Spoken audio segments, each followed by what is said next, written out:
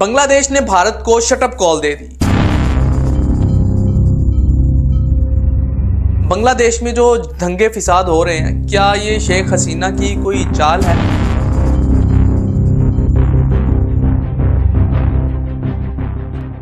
ISKCON leader चिन्मय कृष्णदास क्या सिर्फ एक मोहरा है? यूनस सरकार के पास दो ऑप्शंस हैं, रीबिल्ड वर्सेस रिवेंज। अब यूनस सरकार के पास मौका है कि वो साबित करे कि शेख हसीना और यूनस सरकार में एक वाज़ेह फ़र्क है जो कि नज़र भी आना चाहिए। हिंदुस्तान और पाकिस्तान जैसे दो अलग अलग देश हैं मुसलमानों और हिंदुओं के लिए।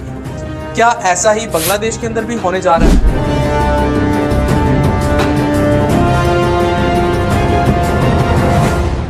क्या ये हिंदुस्तान के साथ मिलके शेख हसीना ने कोई बड़ी चाल चली है, या यूनस सरकार को सेकुलरिज्म मेंटेन करना नहीं आया और वो इसमें मुकम्मल तौर पर नाकाम हो चुके हैं? रियलिटी क्या है, आइए जानने की कोशिश करते हैं।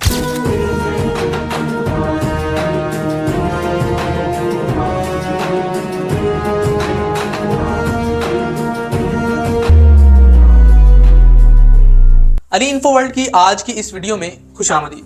26/11 इस डेट को भारत आतंक के नाम से याद करता है और यही सिचुएशन अब बन चुकी है बांग्लादेश के अंदर भी, क्योंकि आतंक को फैलाने वाली एक आग का आगाज किया गया है 26/11/2024 को बांग्लादेश के अंदर भी। 25 अक्टूबर को इस्कॉन लीडर चिन्मय कृष्णदास के ऊपर एक सेडिशन केस फाइल हुआ for disrespecting Bangladesh national flag. इनके ऊपर एलिगेशन ये है कि वो एक सेफरन फ्लैग को हाइस्ट करते हैं। चिट्टागोंग के अंदर एक सनातन जागरण मंच में एक मीटिंग थी जिसमें इस फ्लैग को नेशनल फ्लैग के ऊपर लगाया गया। फिरोज खान नामी एक लोकल बीएनपी लीडर ने इस केस को फाइल किया। इसके बाद इसे भी इसकी पार्टी से स्पेल कर दिया गया। चिन्मय कृष्णदास स्पोक्स पर्सन है सब नागता जागरण मंच बांग्लादेश के। कुछ महीने पहले ही चिन्मय कृष्णदास को एंटी इस्कॉन डिसिप्लिन एक्टिविटीज की वजह से स्पेल भी कर दिया गया था उनकी ऑर्गेनाइजेशन से, लेकिन वो बांग्लादेश के एक काफ़ी पॉपुलर लीडर हैं। इस वजह से उन्हें जो है वो बांग्लादेश के अंदर एक जगह मिल चुकी है और अब ये जो केस हुआ है इनके ऊपर, इसकी वजह से इनकी पॉपुलैरिटी का जो ग्राफ है वो और भी हाई हो चुका है। अब इस चीज़ को लेकर के भारत सरकार भी मैदान में आ चुकी है और काफ़ी चिंतित भी है। अब आते हैं हम 26/11/2024 को चिटागोंग के 6 मेट्रोपॉलिटन मजिस्ट्रेट कोर्ट में चिन्मय कृष्णदास की बेल एप्लीकेशन को डिनाई कर दिया जाता है। इसके बाद इनकी अरेस्टिंग के टाइम पे जो इनके फैंस थे, जो इनके फॉलोअर्स थे, इन्होंने पुलिस के साथ बहुत ही बुरे तरीके से क्लैश कर दिया। इनका रास्ता रोका तकरीबन 2.5 घंटे तक जो है पुलिस ने इनके प्रोटेस्टर्स के साथ, इनके जो फैंस थे उनके साथ जो है वो रेजिस्ट किया। इवन उन्होंने उनकी जाने वाली जो वैन थी, जो गाड़ी थी, उसको भी पंचर कर दिया। लेकिन उसके बाद पुलिस ने बैटल चार्ज किया, ग्रेनेड फेंक के और फायरिंग भी की। लेकिन इस सब के बाद जो पुलिस है वो कामयाबी के साथ चिन्मय को वो ले जाती है वहाँ से। अब इस सब के दौरान ही चिन्मय खुद अपने प्रोटेस्टर्स को बोल रहे थे गाड़ी के अंदर, वैन के अंदर बैठे ही, कि भाई काम हो जाओ, थोड़ी शांति रखो। लेकिन कोई भी वहाँ पे शांति रखने के लिए, चुप होने के लिए तैयार ही नहीं था। इसी दौरान एक असिस्टेंट पब्लिक प्रोसिक्यूटर सैफुल इस्लाम को भी मार दिया गया इसी दंगे फिसाद के दरमियान। जहाँ ये सब चल रहा था वहीं बांग्लादेश गवर्नमेंट ने अपने आप को थोड़ा सा बैक स्टेप लिया और इन्होंने ये कहा कि बांग्लादेश के अंदर इस फोन को बैन कर देना चाहिए।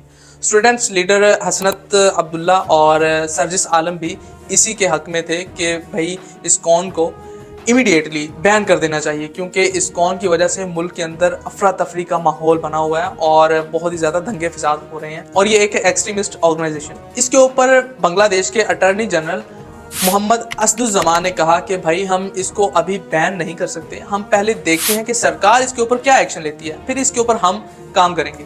Indian ministry of external affairs ने कहा कि भाई ये बात सिर्फ और सिर्फ चिन्मय दास की नहीं है, बल्कि और भी जो माइनॉरिटीज़ हैं बांग्लादेश के अंदर, जो हिंदू लोग हैं, इनके ऊपर कॉन्स्टेंटली अटैक्स हो रहे हैं और ये सच भी है। और इन्होंने कहा कि जो चिन्मय कृष्णदास को अरेस्ट किया गया है ये भी, और चिन्मय जो है वो इससे पहले भी हिंदुओं के ऊपर होने वाले अटैक्स के अंदर इन्वॉल्व हैं और इनको फॉलो भी करते हैं। ये कोई आइसोलेटेड इंसिडेंट नहीं है। इसीलिए हम बांग्लादेश की अथॉरिटीज़ से कहेंगे कि हिंदू भाइयों को और माइनॉरिटीज़ को खूब ख्याल रखा जाए बांग्लादेश के अंदर। दूसरी तरफ वेस्ट बंगाल में बीजेपी लीडर ने सीधी सीधी धमकी दे डाली कि भाई हम ब्लॉक इनिशिएट कर देंगे अगर चिन्मय दास को रिलीज नहीं किया गया। लेकिन बांग्लादेश और भारत के ताल्लुकात तो पहले ही बड़े प्रॉब्लमेटिक थे और इनके दरमियान एक और बड़ी प्रॉब्लम आ गई है। इस सब कुछ के कुछ घंटों के बाद ही बांग्लादेश सरकार ने एक नोटिस जारी किया कि हमारा इंटरनल मैटर है, ये आपको इसमें टांग अड़ाने की कोई ज़रूरत नहीं है। ये इंडिया को सीधा सीधा इन्होंने बोल दिया। इस बात से इंडिया और बांग्लादेश के रिलेशंस का साफ साफ अंदाज़ा लगाया जा सकता है कि ये टेलीफोनिक राब्ते से भी ये सब कुछ किया जा सकता था, बट उन्होंने सीधा सीधा स्टेटमेंट्स जारी किए हैं जो कि अब पूरी दुनिया देख रही है इन स्टेटमेंट्स को। अब मैं आपका एक ब्रेन टेस्ट करता हूँ। ये हमने इस वीडियोज़ के अंदर अब एक नया सेगमेंट लॉन्च किया है। ये है कि मैंने ये एक छोटी सी एक लाइन ड्रॉ की है। अब आपको करना क्या है कि इस लाइन को टच किए बगैर आपने इस लाइन को छोटा करना है। इसे टच नहीं करना चाहिए कोई भी चीज़, लेकिन आपको इसे छोटा करना है। मैं आपको 10 सेकेंड्स देता हूँ, काउंटडाउन देता हूँ। आपने इसके अंदर जो है वो इसे छोटा करना है। अगर नहीं कर पाएंगे या आपने क्या तरीका इस्तेमाल किया इसके लिए, आपने वो कमेंट सेक्शन में ज़रूर बताना है। मैं काउंटडाउन देता हूँ 10, 9, 8, 7, 6, 5, 4, 3, 2, 1। कैसा कैसा आप लोगों ने जुगाड़ लगाया वो आपने कमेंट सेक्शन में ज़रूर बताना है। लेकिन अब मैं आपको इस लाइन को जो है वो छोटा करके दिखा देता हूँ कि भाई कैसे ये छोटी हो सकती है इस लाइन को टच किए बगैर। अब देखें, अब मैं इसके नीचे ये एक सीधी लाइन ड्रॉ करता हूँ। इससे बड़ी लाइन मैंने ड्रॉ कर दी है। अब इससे क्या हुआ है कि ये नीचे वाली लाइन बड़ी हो गई है और ये ऊपर वाली जो वो छोटी हो गई है। इससे साबित ये बेसिकली होता है कि आप किसी भी चीज़ को अगर छोटा साबित करना चाहते हैं तो आपको उसे मारने की, उसे गिराने की ज़रूरत बिल्कुल भी नहीं है। आप अपने आप को इतना बड़ा कर लें, इतना हाइट पे ले जाएं कि जो दूसरी चीज़ है, जो दूसरा पर्सन है, वो छोटा दिखे। आप अपनी मेहनत पे तवज्जो रखें, अपने आप पे तवज्जो दें। आपको अपने आप पे तवज्जो देने की ज़रूरत है। आपको किसी को गिराने की ज़रूरत नहीं है बड़ा बनने के लिए। तो ये थी आज की जो है वो ब्रेन टेस्ट। आप में से किस किस ने इसे पास किया है वो कमेंट सेक्शन में देख लेंगे। अब टॉपिक पे वापस आते हैं। एक तरफ तो भारत और बांग्लादेश के रिलेशंस पहले ही इतने ख़राब हैं और दूसरी तरफ भारतीय सोशल मीडिया, भारतीय सैटेलाइट मीडिया चैनल्स इसके ऊपर आग लगाने की कोशिश कर रहे हैं। जो मैंने सैफुल इस्लाम, जो कि इस दंगे फिसाद में जो असिस्टेंट प्रोसिक्यूटर थे, उन्हें जो मारा गया है, इसमें इंडियन मीडिया, गोदी मीडिया ये किरदार प्ले कर रहा है। और ट्विटर के ऊपर भी इस चीज़ को ट्रेंड किया गया कि सैफुल इस्लाम जो है वो चिन्मय दास के लॉयर थे और इन्हें इस दंगे फिसादों के दरमियान मार दिया गया मुसलमानों के द्वारा। अब हर कोई अपना रोल प्ले कर रहा है जो जिसका है। कोई अपनी बैड पर्सनैलिटी रखता है तो वो उसका रोल प्ले कर रहा है। अगर कोई अच्छी पर्सनैलिटी का मालिक है तो वो अच्छा रोल ही प्ले करेगा। लेकिन अब मेन रोल जो प्ले करना है वो करना है मोहम्मद यूनुस को, जो कि रिसेंटली दोबारा से बांग्लादेश को इंडिपेंडेंट करने में, जो उनके अकॉर्डिंग कि हम बांग्लादेश को दोबारा से इंडिपेंडेंट कर रहे हैं, अपने पाँव पे खड़ा कर रहे हैं। बांग्लादेशियों की नज़र में ये चीज़ है जो कि स्टूडेंट रिवोल्यूशन हुआ है ये रिसेंटली। सबको यही लग रहा है कि भाई मोहम्मद यूनुस जो है वो एक नोबेल प्राइज़ विनर हैं और ये मुल्क को अच्छे तरीके से लेके चलेंगे। एक डेमोक्रेटिक कंट्री को प्रॉपर डेमोक्रेटिक तरीके से ही चलाएंगे। इनके ऊपर सबको भरोसा था। रेवोल्यूशन ये जो हुआ है स्टूडेंट रेवोल्यूशन, इसके ऊपर हम किसी और एक वीडियो में बात करेंगे कि ये क्यों, कैसे और इसके पीछे कौन था। ये हम प्रॉपर एक डिटेल के साथ एक वीडियो बनाएंगे। बांग्लादेश के अंदर माइनॉरिटीज़ को टारगेट किया जा रहा है, ये बात तो माननी पड़ेगी।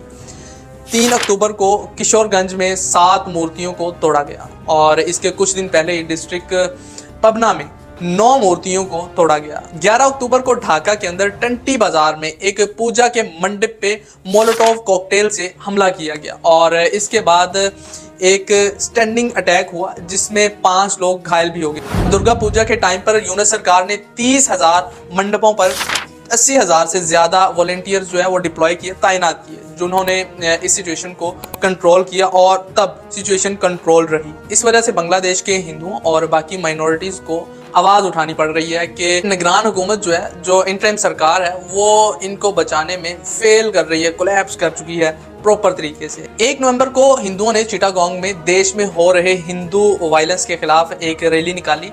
बांग्लादेश के Hindu Buddhist Christian unity council ने इसी टाइम पे ये कहा था कि 4 अगस्त के बाद माइनॉरिटीज के ऊपर तकरीबन 2000 से ज्यादा अटैक्स हो चुके हैं। 15 सितंबर को इंटरम सरकार ने एक टेक्स्ट बुक कमेटी बनाई। फिर इस्लामिक ऑर्गेनाइजेशंस ने जोर डाला कि इस 10 मेंबर कोऑर्डिनेशन में तो एक भी इस्लामिक स्कॉलर नहीं है, बल्कि 2 लोग तो एंटी रिलीजन है। तो बांग्लादेश इंटरम सरकार ने कुछ स्टांस नहीं लिया, बल्कि सरेंडर करते हुए इस कमेटी को ही डिसबैंड कर दिया। यूनिस सरकार ने भारत सरकार के साथ ये इंश्योर किया था कि किसी भी माइनॉरिटी कम्युनिटी के मेंबर को चोट नहीं पहुंचेगी, अगर पहुंचेगी तो जो स्टूडेंट रेवोल्यूशन है ये बिखर जाएगा।